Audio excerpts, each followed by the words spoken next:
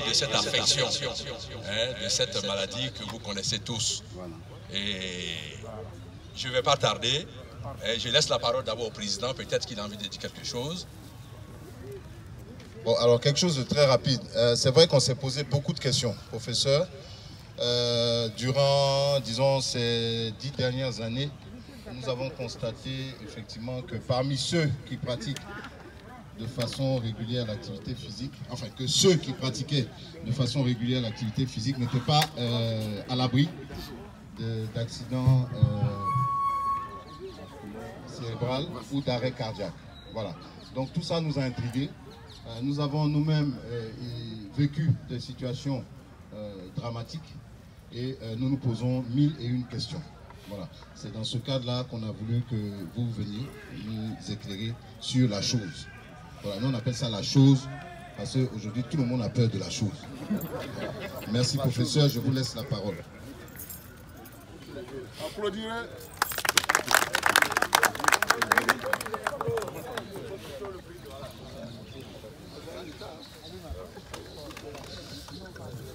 Oui, je vais rester.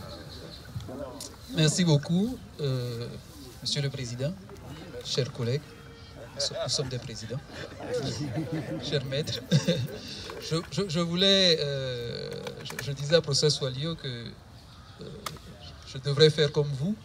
J'aurais dû venir faire d'abord la séance de sport avant de parler parce que ce n'est pas très représentatif de parler de sport et puis de ne pas en faire. Mais bon, puisque je suis là, il m'a demandé de parler de AVC et sport, ce qui est une question, on se demande bien ce qu'on va vous apprendre là-dessus. Donc ce que j'ai prévu, c'est de vous parler un petit peu d'abord d'AVC en général, et puis des relations que l'AVC et le sport peuvent avoir. Comme l'a dit le président, on n'est pas forcément à l'abri, alors est-ce que c'est utile de faire du sport en prévention des AVC? Est-ce que c'est dangereux de faire du sport? Est-ce que ça expose à un risque d'AVC? Donc globalement, pour parler de la chose, comme il dit, qu'est-ce que c'est la chose? Donc l'AVC, en abrégé, c'est accident vasculaire cérébral. Alors, pour faire simple, c'est un problème qui concerne les vaisseaux sanguins du cerveau. Vous savez que le cœur envoie le sang dans les différents organes et donc il y a des artères qui emmènent le sang du cœur vers le cerveau. Et l'AVC survient lorsqu'il y a un problème au niveau d'un de ces vaisseaux. Deux types de problèmes peuvent se rencontrer. Soit le vaisseau est bouché, c'est ce qu'on appelle un AVC ischémique, quand le vaisseau est bouché, donc il y a une partie du cerveau qui ne reçoit pas de sang et qui va mourir, qui va cesser de fonctionner. Ou bien le deuxième type de problème, c'est que le vaisseau peut éclater et on va avoir un saignement. De la même façon, ce saignement va abîmer une partie du cerveau qui va cesser de fonctionner. Et donc, en fonction de la partie du cerveau qui est concernée, on va avoir des signes, une perte d'une fonction neurologique. Ça peut être la force, souvent c'est ce qu'on rencontre le plus souvent, une paralysie d'un côté du corps. Ça peut être le langage, on peut perdre le langage, on peut perdre une partie de la vision, on peut avoir une perte de sensibilité sur une partie du corps. Et la particularité de l'AVC, c'est pour ça qu'on utilise le terme accident, c'est la brutalité. C'est quelqu'un qui est en bonne santé, qui n'a aucun symptôme qui annonce une maladie et qui d'une minute à l'autre présente justement un déficit qui peut être une paralysie, un trouble du langage, un trouble visuel, etc. Et donc lorsque ça survient, parce que dès que l'artère se bouche ou dès que l'artère saigne, au bout de quelques minutes, le cerveau s'arrête de fonctionner et donc les signes apparaissent. Donc la caractéristique, ce qui nous oriente, nous, pour poser le diagnostic, c'est ce caractère brutal. Et c'est pour ça qu'on utilise le terme accident vasculaire du cerveau. Donc voilà un peu ce que c'est l'AVC. Le deuxième point, c'est qu'est-ce qui favorise les AVC? Il y a un certain nombre d'éléments qui, lorsqu'ils sont présents, favorisent la survenue des AVC. On appelle des facteurs de risque vasculaire ou des facteurs de risque d'AVC. Vous les connaissez, principalement c'est l'âge, plus on est âgé, plus on est à risque de faire des AVC. Alors c'est un facteur qui n'est pas modifiable, enfin, normalement, même si chez nous on peut modifier, mais ça ne réduit pas le risque d'aller changer l'extrait de naissance. Et puis, on a surtout des facteurs modifiables, ceux sur lesquels on peut agir. Et vous les connaissez aussi, principalement, c'est l'hypertension artérielle, qui est le plus important des facteurs de risque, le plus fréquent de par sa fréquence dans la population. Et on pense qu'à peu près la moitié des AVC est en relation avec l'hypertension artérielle. On a aussi les autres facteurs, le diabète, les hypercholestérolémies pour ceux qui ont des élévations de taux de cholestérol, le tabagisme, l'alcool lorsqu'il est consommé en excès. Après, on verra peut-être ce que c'est que l'excès. Je pense qu'on ne va pas donner tous les facteurs, mais les principaux, ceux qui sont les plus importants, c'est ceux-là, ceux sur lesquels on devrait agir. Alors, le stress est maintenant, depuis quelques années, reconnu comme un facteur. Le problème du stress, c'est qu'il est difficile à mesurer. Il est difficile à évaluer de manière objective. On peut se dire stressé, on peut se sentir stressé.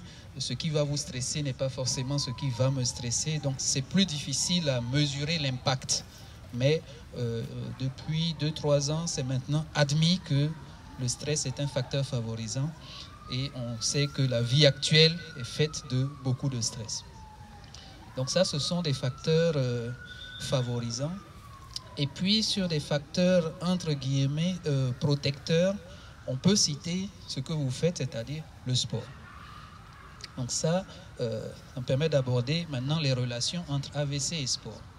D'abord, est-ce que le sport est un facteur de risque d'AVC? Est-ce que faire du sport, ça peut provoquer des AVC? Le président a parlé d'une expérience vécue dont le professeur Swalio m'a fait part tout à l'heure. Certains types d'AVC, ça reste rare, peuvent être favorisés à l'occasion d'une activité sportive. Notamment certaines hémorragies, certains saignements, lorsqu'on a, par exemple, une malformation vasculaire, une malformation sur un vaisseau. Vous avez déjà entendu, par exemple, des sportifs qui ont fait des AVC pendant la pratique de leur sport. Donc ça, c'est souvent dans ce type d'AVC. Mais ça reste très marginal, il faut être clair.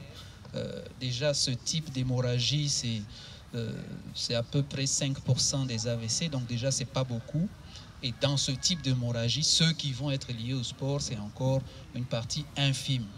Donc ça ne doit pas faire considérer le sport comme un facteur de risque d'AVC. L'AVC peut survenir au cours du sport, comme il peut survenir à la maison, comme il peut survenir au travail. C'est quelque chose qui, je vous ai dit, se passe à n'importe quel moment, d'une minute à l'autre. Donc, de toute façon, vous n'êtes pas à l'abri parce que vous êtes à la maison, parce que vous êtes au terrain de sport, parce que vous êtes au bureau. Maintenant, l'effet protecteur, bon, il est très clair, il est très connu. Il y a beaucoup d'études qui ont été faites là-dessus. On sait que les personnes qui pratiquent une activité physique régulière, c'est pas l'intensité, c'est la régularité, vont avoir une réduction de risque d'AVC de l'ordre de 25%. Et si on compare ceux qui font du sport plus intensif avec ceux qui font du sport un peu moins intensif, ceux qui font plus intensif vont avoir une plus grande réduction du risque d'AVC et du risque global de mortalité. Non seulement parce qu'il y a une incidence directe sur la diminution de fréquence d'AVC, mais aussi parce que ça agit sur les autres facteurs de risque, sur l'hypertension, sur le diabète, etc. Donc de manière directe ou indirecte, vous allez diminuer votre pression artérielle, vous allez diminuer votre glycémie dans le diabète, et donc l'un dans l'autre, vous allez réduire votre risque de pratiquer des AVC. Donc très clairement, la pratique régulière du sport est un facteur protecteur. Donc n'arrêtez pas de faire le sport. Au-delà de cela, c'est le dernier point peut-être que je vais aborder, c'est l'effet du sport chez les personnes qui ont fait des AVC. Parce que quand on a fait un AVC, nous, neurologues, on va encourager les malades, malgré le handicap qu'ils ont, s'ils ont une paralysie comme séquelles, etc., à continuer ou à commencer une pratique sportive régulière parce que cela réduit le risque de récidive. Un AVC peut récidiver. Ce n'est pas parce qu'on a fait une fois que c'est fini, on peut en faire 2, 3. Et donc, la pratique du sport va permettre de réduire ce risque de récidive. Évidemment, il s'agit d'un sport adapté à votre niveau de handicap. Si vous avez une paralysie partielle, n'allez pas courir ou jouer au basket, etc. Vous pouvez faire de la marche, peut-être un peu de vélo, etc. Donc, la pratique du sport, et il y a 2 éléments importants, c'est que ceux qui font du sport vont avoir une meilleure récupération de leur handicap, et deuxièmement, ceux qui faisaient du sport avant l'AVC et qui malgré tout ont fait un AVC vont aussi avoir une meilleure qualité de récupération. Donc c'est aussi une raison pour continuer à pratiquer ce sport.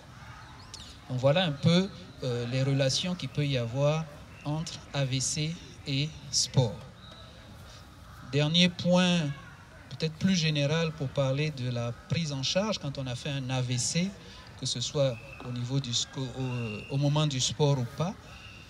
C'est une urgence, donc il faut que tout de suite, au moment où la paralysie s'installe, au moment où la maladie s'installe, le malade soit admis dans un service d'urgence, parce que dans les premières heures, dans certaines structures, selon l'équipement, on peut éventuellement faire des traitements particuliers qui permettent soit de déboucher les vaisseaux qui sont bouchés, soit de limiter l'impact des saignements lorsque ce sont des saignements. Mais ça, on a quelques heures pour agir et donc il faut vraiment que la prise en charge soit très précoce dès les premières heures. Il ne faut pas attendre pour voir si je vais récupérer ou si ça va s'aggraver avant de partir à l'hôpital. Dès qu'il y a un doute, il faut aller tout de suite dans un service d'urgence et les traitements vont être faits. Et puis, une fois que les causes, les facteurs sont identifiés, vous aurez un traitement contre les récidives, donc essentiellement des médicaments pour éviter les rechutes qu'on va prendre de manière permanente, définitive. Donc voilà un peu, je dirais, globalement ce que j'ai prévu de vous dire, en gros sur l'AVC et sport. Et je pense que pour rester dans les délais qui me sont fixés, on va pouvoir ouvrir une discussion et je me ferai l'effort de répondre aussi bien que possible aux questions que vous posez. Merci. Bravo, on applaudit très fort donc le professeur qui nous a donné un peu de son temps précieux. Et puis, s'est livré à un exercice qui n'est pas du tout facile, parler de l'AVC et sport en quelques 5-10 minutes. Bon, ici, l'exercice, c'est quoi? C'est qu'on va vous poser évidemment des questions, à commencer à tout honneur, à tout seigneur, tout honneur. Je voudrais poser la première question.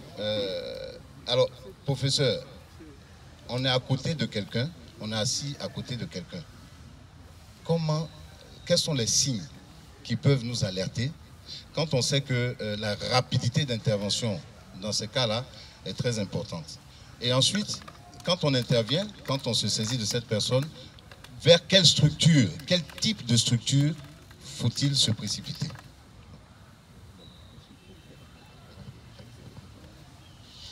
Bon, c'est une question compliquée. Bon, le plus simple, les signes, c'est un peu ce que je disais.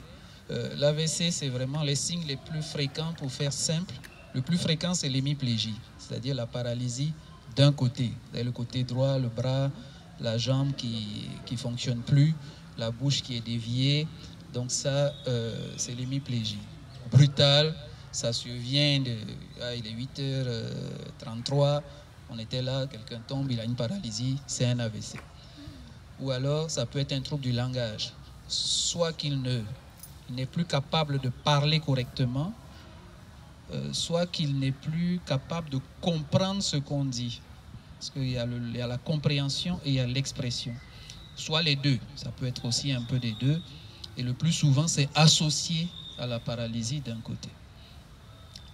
On peut avoir des troubles visuels, c'est quand même beaucoup plus rare. Le trouble visuel qu'on a dans l'AVC, c'est qu'on ne voit pas bien, là aussi, d'un côté. Par exemple, vous êtes là, vous voyez flou à droite, normal à gauche, ça peut être un AVC, même si vous n'avez pas de paralysie. ou bien vous voyez bien à gauche, moins bien à droite. Ce n'est pas un œil qui voit, un œil qui ne voit pas, c'est les deux yeux qui ne voient pas bien d'un côté. Donc on va dire que ce sont les signes principaux. Alors, quelquefois, on peut avoir des signes d'accompagnement, on peut perdre connaissance, on peut avoir des maux de tête, parfois des vomissements qui accompagnent, mais principalement ce sont ces signes. Maintenant, qu'est-ce qu'il faut faire si vous êtes à côté? Vous ne pouvez pas grand-chose. Sur place, il n'y a pas grand-chose à faire. Il y a éventuellement à éviter, si vous êtes à côté, que le malade ne tombe et ne se blesse.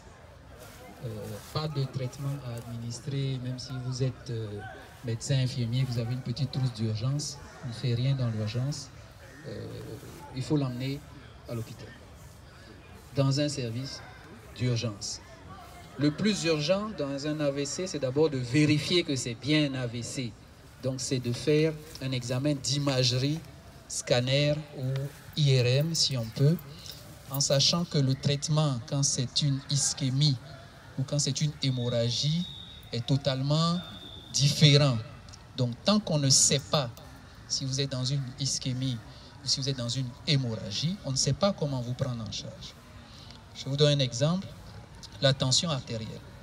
Le plus souvent, les gens font le lien entre AVC et hypertension. Donc, quand vous faites l'AVC, la tension est presque toujours élevée. Et les gens vont se précipiter pour baisser la tension. Baisser la tension, ça peut aggraver l'état du malade. Donc, nous, on ne va pas baisser la tension. Mais une fois qu'on aura fait notre examen d'imagerie, si c'est une hémorragie cérébrale, on va baisser la tension. Si c'est une ischémie, on ne va pas y toucher. Parce que dans l'ischémie, si vous baissez, ça s'aggrave. Et donc, c'est pour ça qu'on vous dit de ne pas faire de traitement urgent tant qu'on ne sait pas dans quelle situation on est. Donc, le mieux, c'est d'aller à l'hôpital. Après, je disais, bon, la question est compliquée parce que vous dites, dans quelle structure? En principe, bon, toutes les structures ne sont pas égales. Voilà, c'est un peu ça. Donc, déjà, il faut avoir une structure qui dispose d'une imagerie en urgence, etc. Voilà, donc on se comprend. Plus la structure va être équipée, mieux ce sera en termes de qualité de soins. Après, toutes les structures n'auront pas forcément un neurologue disponible en urgence, mais les médecins urgentistes sont habilités, en principe, à prendre en charge un AVC. Oui. Alors, je retiens à ce stade de notre entretien que l'AVC est vraiment une maladie qui ne doit pas être prise en charge n'importe comment. Et je retiens aussi que l'activité que nous faisons ici est importante, aussi bien avant pour prévenir l'AVC qu'après l'AVC. Alors moi je voulais juste poser une question au professeur. Tout à l'heure il a dit qu'il reviendra là-dessus. C'est concernant l'AVC et les facteurs de risque, mais surtout l'alcool ou du moins le vin rouge. Alors, est-ce qu'il peut nous en parler? Parce qu'il y a beaucoup de choses qu'on entend sur l'AVC et le vin rouge. La dernière fois que j'ai fait un commentaire dessus, je me suis retrouvé à la une des journaux en disant que le médecin dit de ne plus boire de vin. J'avais fait une longue interview, c'était à la journée mondiale de l'AVC l'année dernière. Et puis le journaliste, tout ce qu'il a retenu à la une, c'était « il ne faut pas boire de vin ». Donc c'est des gens qui m'appellent « toi tu veux nous tuer, on ne peut plus boire de vin ». Oui, mais bon. Il n'y a pas qui nous qui approche. Donc, pour être très clair, alors il y a ce débat sur l'effet protecteur du vin rouge lorsqu'on boit. Alors on dit 2 verres par jour pour l'homme et 1 verre par jour pour la femme. On se comprend bien, c'est pas le boc de Chapalo, là, c'est la coupe de vin, 15 millilitres, voilà, au repas, et que ça aurait un effet protecteur. Alors, il y a eu beaucoup de débats dessus, et on s'est rendu compte, je crois que c'est en 2017, il y a une étude qui est reparue et qui a repris toutes les anciennes études qui étaient faites sur le vin, parce que c'est très difficile de faire ce genre d'études en mesurant la quantité que les gens boivent, etc. Et l'étude a conclu que cet effet protecteur, entre guillemets, était certes un peu plus important pour les infarctus du myocarde, pour le cœur, donc pour la crise cardiaque, on va dire, pour la prévention, mais pour l'AVC, c'était beaucoup moins évident.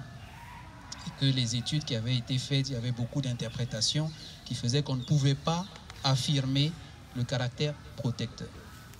Deuxièmement, je vous ai dit, il y a deux types d'AVC.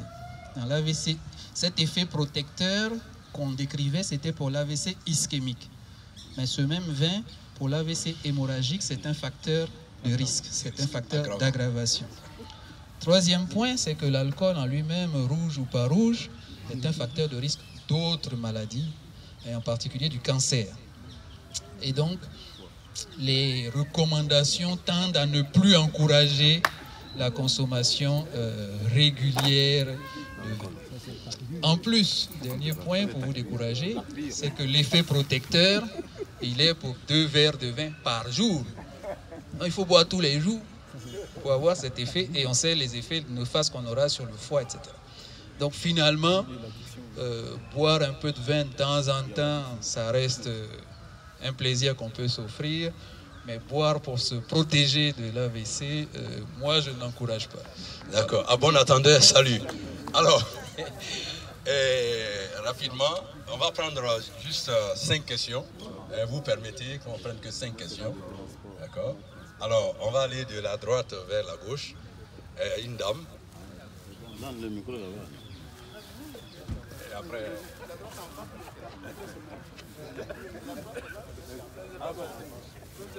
Allons-y. Bonjour. Alors, j'ai entendu dire en fait que lorsqu'une personne a fait un AVC, il fallait peut-être lui donner une aspirine ou quelque chose comme ça. Est-ce que c'est vrai? Non, il ne faut rien lui donner. Il faut rien lui donner. Parce que l'aspirine est un traitement pour l'AVC ischémique dont je parlais, là où le vaisseau est bouché. Mais l'aspirine fait saigner. Donc dans l'AVC hémorragique, l'aspirine aggrave. Et c'est pour ça que je dis, tant que vous n'avez pas fait d'examen, vous ne savez pas dans quel cas. Vous savez que c'est un AVC, parce que c'est apparu brutalement, mais vous ne savez pas dans quel type vous êtes, donc on ne donne rien. C'est bien clair, on ne donne rien du tout lorsqu'il y a un AVC. Oui. Bonjour professeur. Deuxième femme, le pouvoir le femme. Oui, c'est ouvert. Allô, allô. À quel moment l'AVC agit sur les reins? À quel moment l'AVC agit sur les reins? L'AVC n'agit pas de lui-même sur les reins, mais les mêmes facteurs, l'hypertension, le diabète, etc., qui favorisent l'AVC, favorisent aussi les maladies rénales. Maintenant, si vous avez une maladie rénale, chronique notamment, c'est aussi un facteur favorisant l'AVC. Mais l'AVC lui-même n'entraîne pas d'atteinte sur les reins.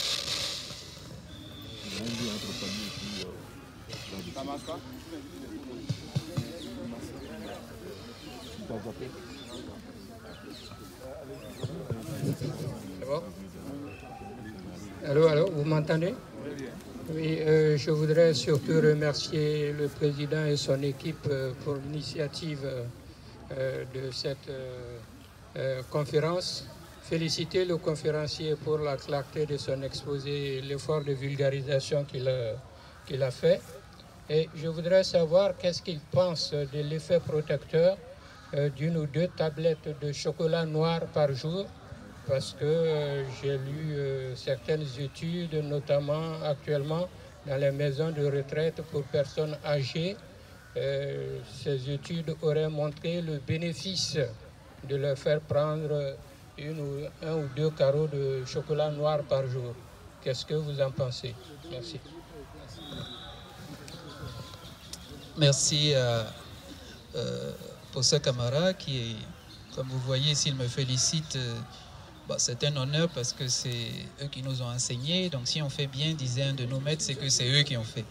Maintenant, si on ne fait pas bien, c'est qu'on n'a pas compris leur enseignement et ce n'est pas leur faute. Alors, pour répondre à votre question,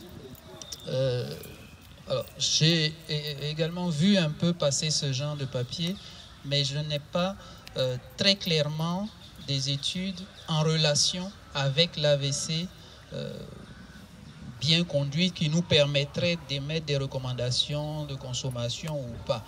Il n'y a pas, je pense que ce qu'on a comme étude actuelle, il n'y a pas de lien prouvé. Je ne dis pas que ce n'est pas efficace, mais je pense qu'on ne peut pas trancher sur la question pour l'instant parce qu'on n'a pas d'études de bonne qualité évaluant l'impact du chocolat noir qui, soit dit en passant, a priori est assez bon pour un certain nombre de pathologies. Donc, mais en tout cas, il n'est pas un élément à risque pour l'AVC. Maintenant, son caractère protecteur, je ne sais pas si on va pouvoir le prouver très clairement. Voilà.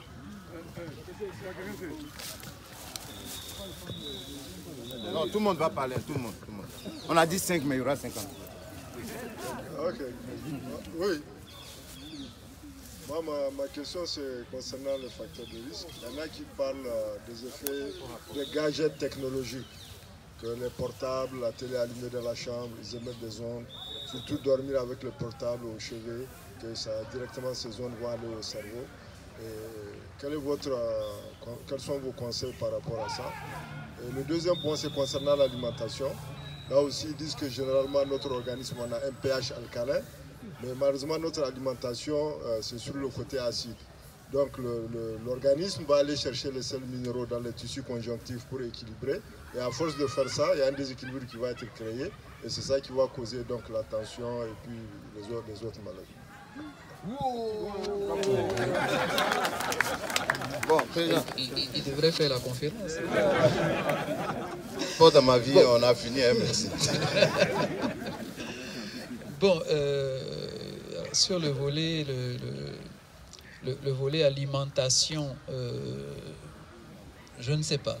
Je ne pourrais pas répondre. On sait que ce qui favorise les AVC pour nous, c'est effectivement l'alimentation déséquilibrée, riche notamment en sucre, en gras et pauvre en légumes en particulier, en fruits et légumes comme on dit. Et donc c'est considéré comme protecteur de manger notamment plus de légumes, un peu plus de fruits mais surtout plus de légumes, de réduire un peu l'impact de la viande rouge. Il faudrait réduire et privilégier un petit peu le poisson, etc. Alors ce sont des études là aussi qui sont difficiles à mener puisque c'est difficile d'évaluer clairement ce que les gens mangent tous les jours et de voir l'impact que ça a sur la prévention des AVC. Maintenant, bon, le caractère alcalin, acide, etc., je n'ai pas connaissance de relation avec l'AVC. Il y avait un deuxième point, c'était... Ah oui, l'effet des portables, des ondes. À ma connaissance, non. Sur l'AVC, non. Il n'y a pas d'impact. Je crois que les discussions, c'est sur du cancer, sur des choses comme ça, mais pas sur l'AVC. Ok, on va passer la parole à notre médecin. Il y a un médecin qui avait... Oui, docteur. Oui, maintenant, là.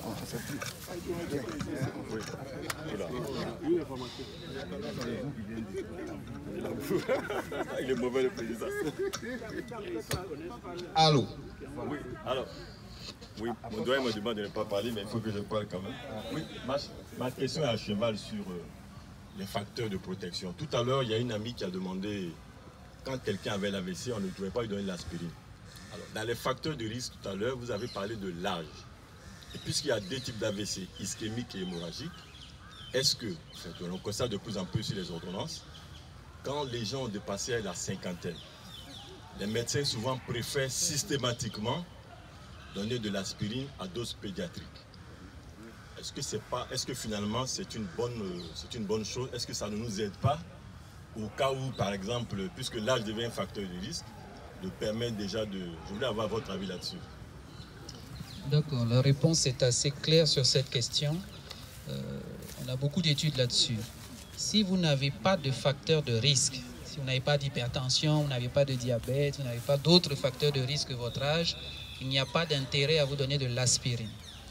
L'aspirine a un effet protecteur, c'est vrai, mais il peut avoir des effets secondaires, ça peut provoquer des saignements, en particulier digestifs, au niveau de l'estomac.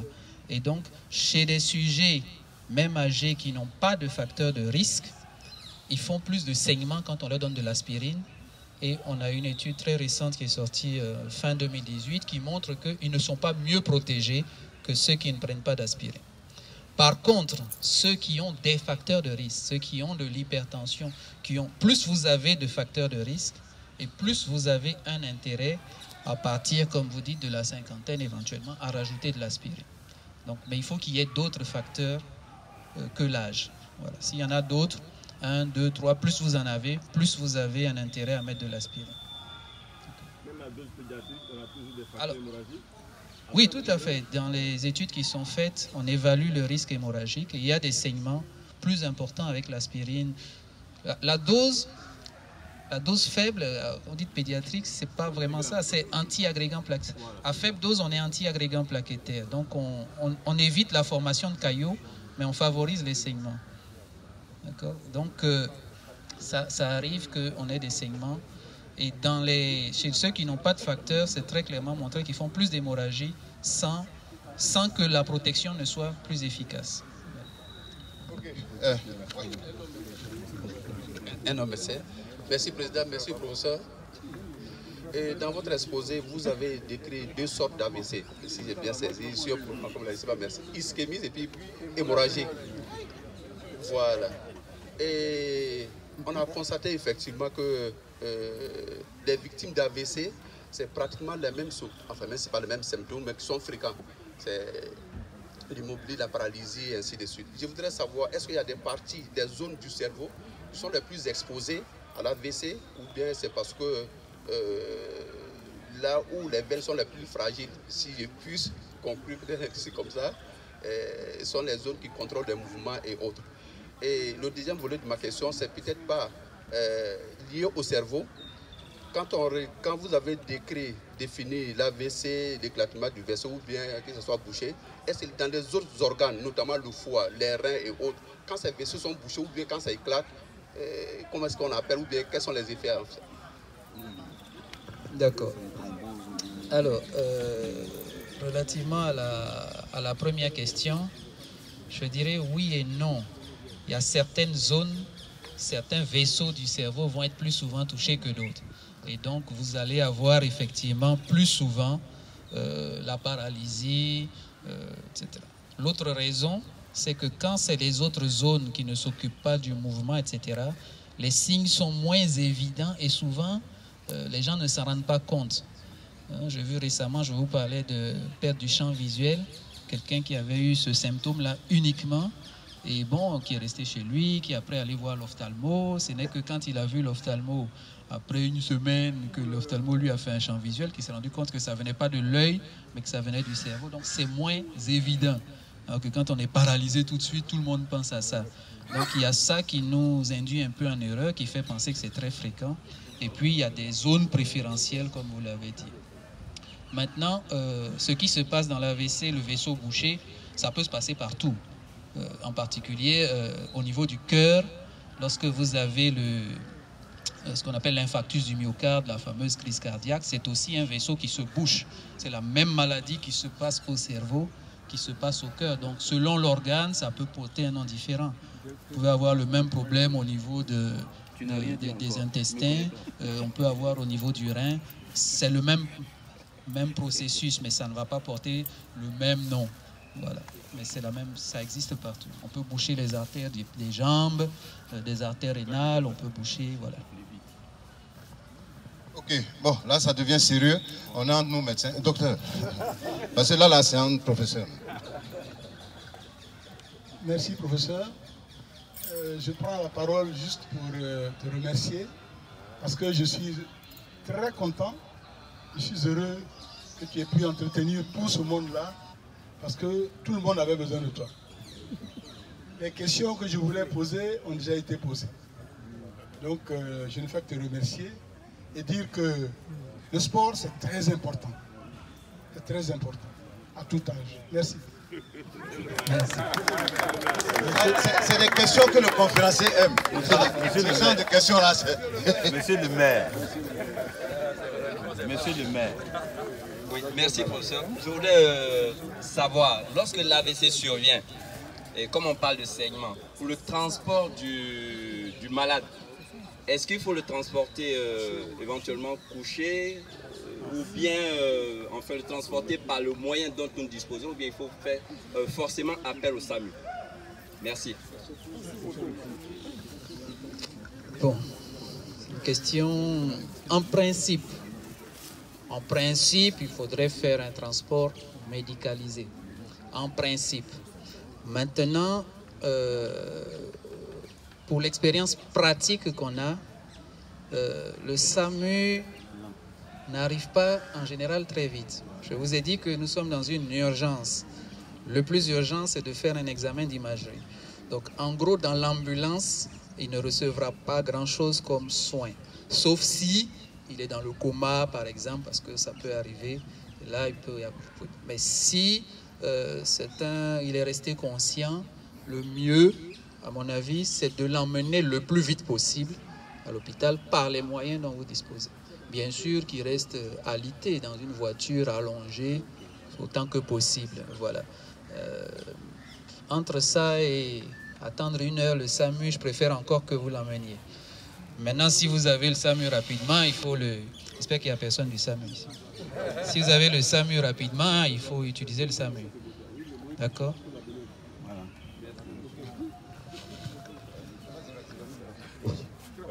Merci, professeur. J'ai écouté avec attention, je crois comme tout le monde. Vous ne m'entendez pas? Voilà. J'ai écouté avec attention, je crois comme tout le groupe, votre exposé. Et je crois que je suis vraiment bouleversé. Bouleversé parce qu'il y a un tas de questions qui traversent mon esprit. Parce qu'à vous suivre, nous risquons de pouvoir dire que chacun de nos symptômes sont peut-être le début d'un AVC. Je ne vais pas aller très loin. Le président a posé une première question, je crois que vous y avez répondu, mais ça n'a pas complètement atténué ma faim. Lorsqu'il parle des symptômes d'AVC, nous avons tous appris plus ou moins que le fourmillement dans la partie gauche de notre corps pouvait être un signe d'AVC. Deuxième question. Lorsque vous dites que les traitements, on ne doit pas toucher quelqu'un qui tombe ou qui a un AVC. Nous avons tous appris que les premières secondes sont des secondes fatidiques et c'est là où il faut intervenir. On nous a appris qu'il faudrait percer l'oreille, beaucoup de choses. Je ne sais pas si c'est vrai ou c'est faux. Et aussi, je voudrais savoir quel est votre avis sur la possibilité de multiplier des défibrillateurs dans les espaces communs publics. Voilà les 3 questions. Merci. Merci, professeur Magloire. Là, c'est chaud maintenant. Bon, question compliquée. Ouais. Bon, mon intention, ce n'était pas de vous bouleverser. Il ne faut pas être bouleversé. Il y a beaucoup de choses qui se disent, effectivement. Vous me dites les fourmillements sur la partie gauche du corps. Non. L'AVC, avant tout, le fourmillement, c'est un signe que nous appelons, on va dire, signe positif. C'est quelque chose qui apparaît en plus de ce que vous avez normalement. L'AVC, c'est une perte d'une fonction. Donc, c'est une perte de sensibilité. Quand ça touche la sensibilité, c'est-à-dire que quand je vous touche, vous sentez moins bien d'un côté que de l'autre. Ce n'est pas le fait de ressentir des fourmillements, parce que sinon, comme vous dites, des fourmillements, on en a tous les jours, tous. Et donc, les AVC, non, ce n'est pas des AVC. Donc, ce n'est pas un signe. Et en plus, côté gauche, je ne sais pas pourquoi ce serait côté gauche et pas côté droit. Non, ça n'a rien à voir. Donc, l'AVC, c'est un caillot de sang qui va dans une des artères. Ça peut être à gauche, ça peut être à droite, ça va partout. Il y en a autant à gauche qu'à droite. Donc, il n'y a pas plus d'un côté que de l'autre. Deuxièmement, vous avez parlé des pratiques. Alors, ce dont vous parlez, c'est quelque chose que j'ai vu passer aussi sur Internet. C'est de la pharmacopée chinoise, je crois, qui conseille de percer avec une aiguille les doigts, les ceci. Ça n'a pas de fondement scientifique, à notre avis. Ça n'impacte pas l'AVC. Et donc, je ne connais pas cette pratique, elle n'est pas enseignée en médecine, ce n'est pas de la médecine en tant que telle, c'est de la médecine traditionnelle. Donc, je ne saurais pas vous dire sur quoi ça repose, est-ce que ça marche, mais nous, ce qu'on fait, c'est ce qu'on connaît.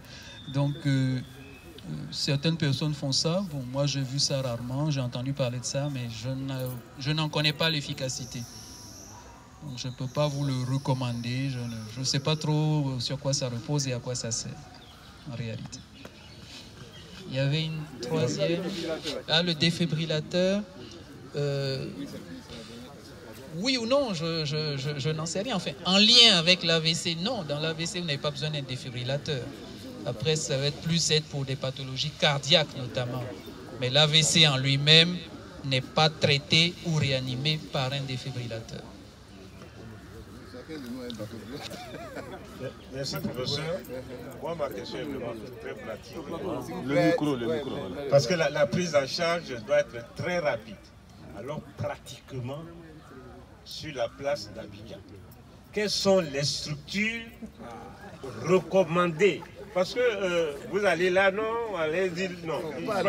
Voilà. C'est où exactement sur la place d'Abidjan? Merci. Si vous permettez, on va prendre deux dernières questions en même temps groupées. Comme ça, ça vous laisse le temps de faire la liste. Je voudrais savoir, l'AVC relève de la neurologie ou de la cardiologie, pour savoir exactement à quel service il faut orienter quelqu'un. C'est pour ça qu'on aime les professeurs femmes, là, elles posent des bonnes questions. Bon, est-ce qu'il y a un autre professeur femme? Bon, ok. La dernière. Merci, Président. J'ai une question toute simple, peut-être même qu'elle a été déjà répondue. On parle de vaisseaux touchés ou qui éclatent. Qu'est-ce qui provoque ça? Qu'est-ce qui peut provoquer ça? C'est la fourchette. D'accord, je commence par le plus simple, c'est la question de la dame. L'AVC, c'est de la neurologie, très clairement. C'est une maladie neurologique, c'est une maladie du cerveau. Donc, ce n'est pas en cardiologie qu'il faut aller, c'est les neurologues qui prennent en charge l'AVC. Les cardiologues savent, parce que, comme je vous ai dit, l'infarctus du myocarde, c'est une maladie qui ressemble beaucoup à l'AVC, qui partage les mêmes risques et les mêmes causes. Donc, par analogie, ils peuvent les prendre en charge en partie, mais ça reste de la neurologie, c'est le neurologue qui les prend en charge. Deuxièmement, c'était... qu'est-ce qui provoque? Qu'est-ce qui provoque? C'est difficile de vous répondre parce qu'il y a beaucoup de causes. Il y a beaucoup de causes différentes. Il y a des maladies du cœur, il y a des maladies même des vaisseaux, il y a des maladies du sang. Je vous donne quelques exemples. Au niveau du cœur, par exemple, si vous faites un infarctus du myocarde, la crise cardiaque, vous pouvez former un caillot dans le cœur qui, lui, va aller dans le cerveau donner l'AVC. Si vous avez le rythme cardiaque qui est irrégulier, des troubles du rythme, le cœur qui bat mais de manière irrégulière, peuvent se former des caillots qui vont boucher au cerveau et donc donner des AVC. Si vous avez des malformations des vaisseaux sanguins, ça peut éclater et saigner. L'hypertension artérielle est une des causes aussi, etc. Donc il y a beaucoup de causes. Dans le temps qu'on a, on n'a pas le temps de passer en revue toutes les causes. Donc, ça, mais j'ai surtout insisté sur les facteurs qui favorisent, puisque ces facteurs vont agir sur l'ensemble des causes. Maintenant, la question... Où? La question qui fâche. C'est la question qui fâche. Où? Comme je vous ai dit... Professeur, attends d'abord, parce que ce qu'on va dire ici, là, ça n'a qu'à rester en nous.